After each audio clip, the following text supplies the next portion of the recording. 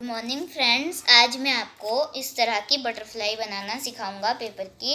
बहुत इजी है और ये मैंने दीवार पे भी चिपकाई हुई है। तो इसके लिए हमें इस तरह से पेपर लेना है। येलो कलर का लिया है मैंने, आप कोई भी ले सकते हैं। इसको इस तरह से फोल्ड कर देना है और अब इससे ऐसे फोल्ड करना है। फिर हमें इस तरह से प्लस बन जाएगा, तब हमें इसको ऐसे फोल्ड करना है ट्रायंगल सा। और अब दूसरी साइड को भी ऐसे ही फोल्ड कर देना है। फिर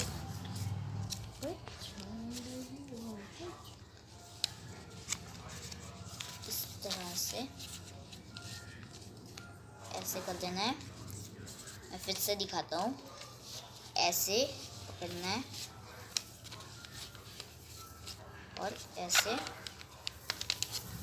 कर देना है। फिर इसको ऐसे फोल्ड करना है और इसके जो ये कोने हैं इनको ऐसे गोल सा काटना है।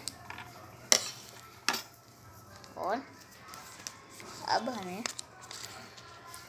इन्हें इधर ऐसे को फोल्ड करना है और दूसरे वाले को भी ऐसे ही फोल्ड करना है।